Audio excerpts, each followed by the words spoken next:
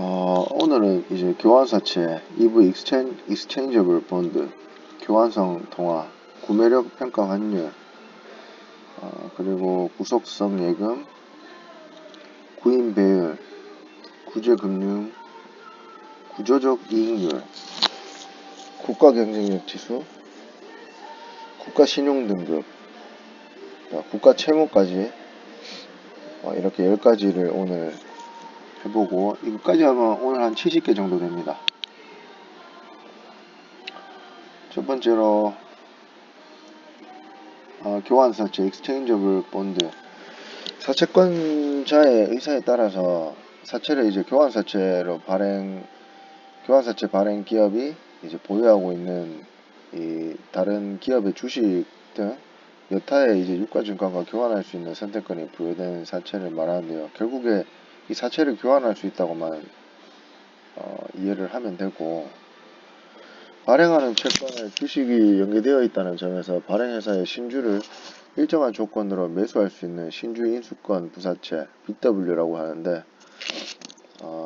BW나 발행회사의 주식으로 전환할 수 있는 권리가 부여된 전환사채 CB라고 합니다. 전환사채와 교환사채 EB 신주 인수권 부사채 BW 발행회사 주식을 전환할 수 있는 그 전환사채는 CB 등과 함께 주식 연계 증권으로 불립니다.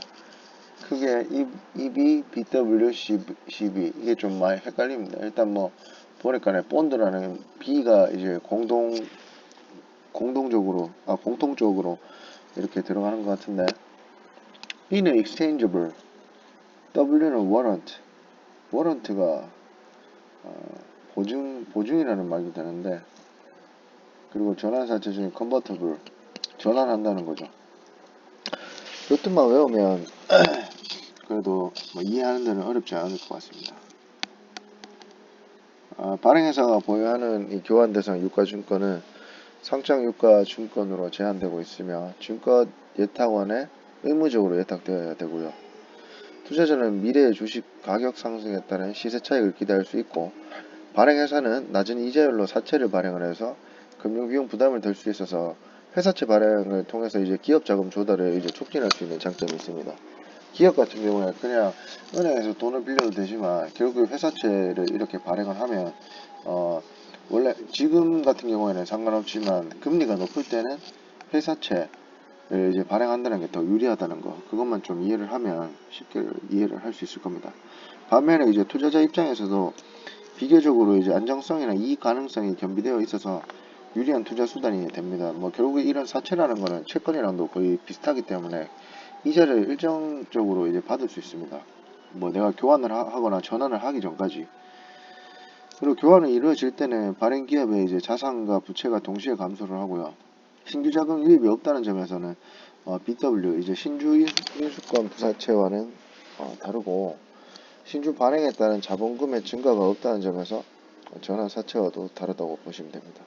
연관 검색어는 지금 이거는 교환 사채에 대한 그런 의미였고요. 신주 인수권 부사채 BW 아까 Bond with Warrant 전환 사채 Convertible Bond 연관 검색어가 되겠습니다. 교환성 통화 국제적인 통용력을 가진 특정 국가의 통화를 말하고, 현재는 외환시장에서 미국의 달러와 이제 자유로이 교환 가능한 통화라는 의미로 사용되고 있습니다. 현재 국제통화기금 IMF에서는 IMF 협정에 따라서 IMF 회원이 자국 통화의 교환성을 부여할 의무를 부여받고, 이 의무는 제8조로 규정되어 있기 때문에 자국 통화의 교환성을 유지하는 국가를 IMF 8조국이라고 합니다. 국가의 통화를 교환성 통화로 볼 수 있고요. 좁은 의미로는 SDR 가치 산정에 사용되는 바스켓 통화의 요건에 자유사용 가능성이 포함되어 있어서 2016년 10월에 바스켓 통화로 결정된 미 달러와 유로와 파운드와 엔화 및 위안화를 교환성 통화로 볼 수 있습니다. 교환이 된다는 그냥 통화입니다. 연관 검색어 특별 인출권 SDR 이거는 뭐 저도 처음 들어봐서 잘 모르겠고요. 복수통화 바스켓 제도가 있습니다. 자, 세 번째 구매력 평가율. PPP, Purchasing Power Parity, 구매력 평가 환율은 해당 통화의 실질 구매력을 기준으로 평가한 환율이라고 할 수 있는데, 이는 관련 당사국 간 물가 수준, 그리고 당사국 간의 실질 구매력의 차이에 의해 균형 환율이 결정된다는 구매력 평가 이론에 근거하고 있습니다. 예를 들어서 맥도날드 빅맥 햄버거의 가격이 우리나라에서는 5,000원이지만 미국에서 5달러라면 $1 환율은 1,000원이어야 한다는 것입니다. 대표적 구매력 평가 환율로는 각국의 맥도날드 햄버거 가격을 비교해 환율을 결정하는 빅맥 지수를 들 수 있는데요. PPP 환율은 국가 간의 화폐 교환 비율이라기보다는 자국 화폐의 실질 구매력을 나타내게 되는데, 국가 간 물가 수준 차이를 고려해서 GDP 등의 통계를 국가 간에 비교하는 데 흔히 사용됩니다. OECD에서는 3년마다 회원국을 대상으로 GDP와 그 구성 요소들의 가격과 생산 물량을 기초로 국가별 구매력 평가 환율을 작성하고 있으며, 유엔과 세계은행에서도 별도로 작성하고 있습니다. 연관 검색은 앞서 말씀드린 빅맥 지수와 연관이 있습니다. 구속성 예금, 구속된다는 건가? 금융기관이 차주에 대한 여신과 연계해서 대출 금액의 일부를 차주의 의사에 반하여서 예적금 등으로 수취하거나 정당한 사유 없이 차주의 예적금 인출 및 해약을 제한하는 행위를 말합니다. 구속성 예금의 종류는 여신 실행일 전후 10영업일 이내 입금된 예적금 및 금전신탁 차주에게 매출된 유가증권, 예금증서 미교부 등의 방법에 의해 사실상 해약 또는 인출이 제한된 예적금 및 금전신탁 유가증권 등이 있습니다.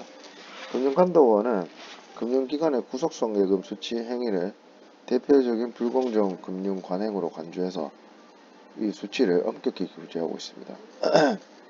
결국 구속성 예금이라는 것은